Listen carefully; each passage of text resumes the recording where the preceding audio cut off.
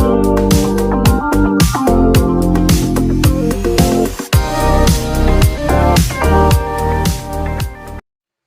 semua, tuan-tuan dan bapak yang amat dihormati semua, saudara-saudara yang amat dihormati semua.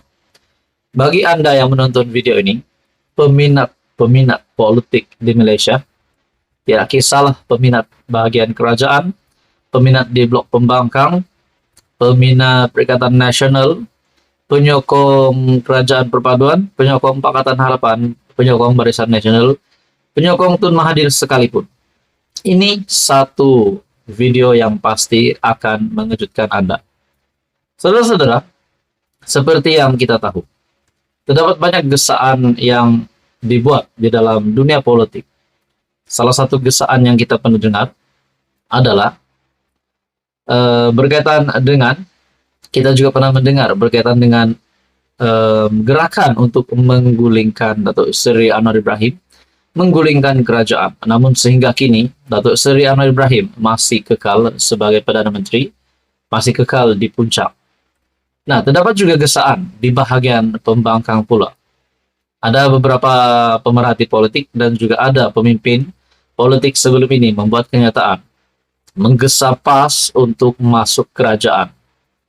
Saudara-saudara, sekiranya PAS satu blok dari pembangkang, arti PAS masuk kerajaan, nah, makna kata Perikatan Nasional tinggallah bersatu dan juga gerakan, dan rasanya Tun Mahathir. Tapi kita juga tahu baru-baru ini Tun Mahathir dilantik sebagai penasihat bagi 4 negeri Perikatan Nasional ataupun 4 negeri tadbiran PAS. Nah, kita bercakap tentang lantikan Tun Mahathir pula. Ada yang kata, kenapa Tun Mahathir yang dilantik? Kan Perikatan Nasional ada Muhyiddin Yassin, kan Perikatan Nasional ada Hamzah Zainuddin, dan kenapa di dalam kepemimpinan PN yang masih ada pemimpin yang besar berpengaruh, tetapi Tun Mahathir yang bukan ahli parlimen, yang tidak ada kuasa hari ini, yang dilantik menjadi penasihat. Akhirnya beberapa pandangan dari kepimpinan PN sendiri menyatakan mereka mahu pimpinan Tun Mahathir sebagai bekas Perdana Menteri dan juga mempunyai pengalaman yang luas. Tidakkah Muhyiddin Yassin sendiri mempunyai pengalaman yang luas? Kita bercakap tentang lantikan Tun Mahathir. Kita juga berpikir kalau Tun Mahathir, kita dapat lihat hari ini, diagung-agungkan oleh PAS, pemimpin PAS, tidakkah Muhyiddin Yassin dan juga Hamzah Zainuddin akan tergugat di dalam kepimpinan PAS, kepimpinan PN, maafkan saya. Bagaimana kalau tiba-tiba Muhyiddin Yassin dan Hamzah Zainuddin satu blok bersatu keluar Perikatan Nasional pula dan menyokong kerajaan? Nah, itu pun tidak mustahil juga. Nah, saudara-saudara, gesaan demi gesaan. Ada yang kata PAS patut masuk kerajaan. Ada yang kata bersatu patut masuk kerajaan. Ada juga kata Tun Mahathir perlu rehat, tidak lagi perlu aktif di dalam kancah politik hari ini yang semakin panas hari demi hari. Nah, saudara-saudara, tapi apa yang saya nak puji tentang Tun Mahathir ini, beliau masih lagi kuat perjuangannya ataupun masih lagi kuat mahu menjadi ahli politik yang masih mempunyai pengaruh di Malaysia. Walaupun kita sudah tahu bukti penolakan terhadap Tun Mahathir di Langkawi pada pilihan raya umum ke-15 baru-baru ini. Tapi semangat Tun Mahathir masih lagi ada. Walaupun di usia sudah menghampiri 100 tahun, beliau masih lagi aktif di dalam kancah politik Malaysia. Itu satu kebaikan yang saya lihat, yaitu beliau masih aktif dan masih ingin relevan di dalam dunia politik hari ini. Tetapi di usia yang sudah menghampiri 100 tahun, di usia 98 tahun Mahathir, patutkah beliau rehat saja dan tidak lagi terlibat dan fokus menjadi negarawan? Nah, teman-teman, berkaitan dengan beberapa spekulasi yang dibuat sebelum ini, gesaan PAS masuk kerajaan, gesaan bersatu masuk kerajaan.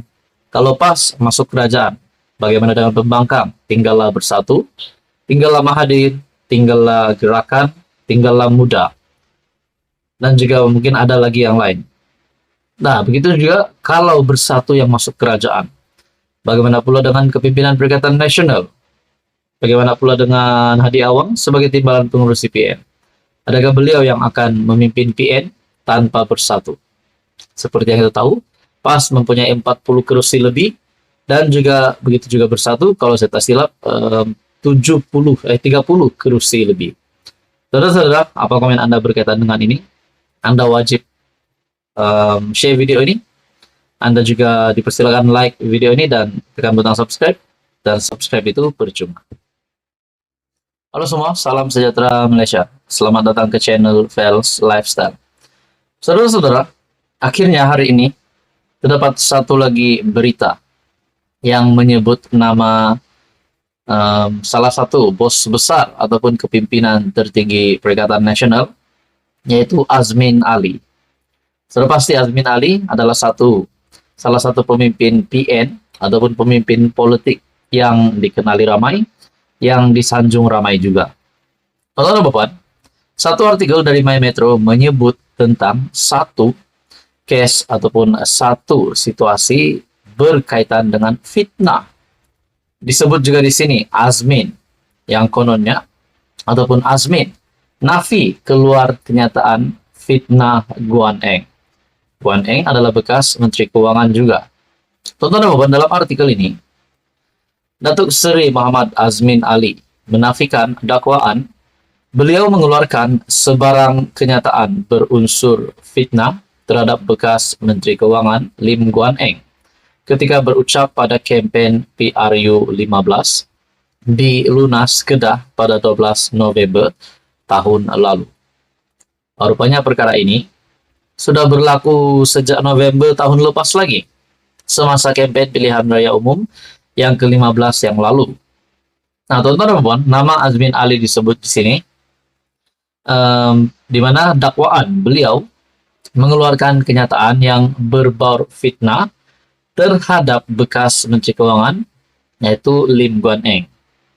Dalam pernyataan pembelaan terhadap Saman yang difailkan terhadapnya, Muhammad Azmin menafikan beliau ada menyebut perkataan Lamsi ketika berucap pada kempen itu dan meletakkan Lim atas beban bukti yang kukuh untuk membuktikan bahwa beliau, yaitu Muhammad Azmin, telah menyatakan perkataan berkenaan. Nah, saudara-saudara, Azmin Ali yang disaman disebabkan didakwa mengeluarkan kenyataan berbau fitnah. Nah, setelah beliau disaman, kalau dapat dibuktikan bahwa beliau bersalah, adakah Azmin Ali berisiko untuk ditangkap ataupun dikenakan tindakan undang-undang? Itu pun kalau dapat dibuktikan bersalah. Dalam artikel ini lagi, defendant menegaskan bahwa defendant tidak pernah berniat untuk memfitnah plaintiff, bahkan hanya menyatakan perkara-perkara yang berlaku semasa plaintiff bersama-sama defendant menerajui Kerajaan Pakatan Harapan sejak Mei 2018 sehingga Mac 2020. Kata beliau dalam pernyataan pembelaannya yang difailkan di Mahkamah Tinggi Sungai Petani pada Isnin lalu. Dalam pernyataan pembelaan, bekas Menteri Perdagangan dan Industri itu berkata, beliau hanya mengkritik kerajaan pada masa itu dan Lim merupakan sebahagian daripada kerajaan berkenaan dengan dasar-dasar kerajaan yang diguna pakai terhadap beberapa syarikat. Lim telah memfailkan saman fitnah terhadap Muhammad Azmin pada 17 April lalu. Beliau mendakwa Muhammad Azmin telah membuat kenyataan berbau fitnah terhadapnya dalam satu majlis di Lunas Kedah pada 12 November tahun lalu sebelum PRU 15 yang dihadiri media membuat liputan kempen pilihan raya. Teman-teman, apa komen Anda berkaitan dengan isu ini? Adakah Azmin Ali di sini dapat dibuktikan bersalah ataupun Azmin Ali dapat membela dirinya? Saudara-saudara, teruskan bersama di dalam channel ini untuk info yang seterusnya.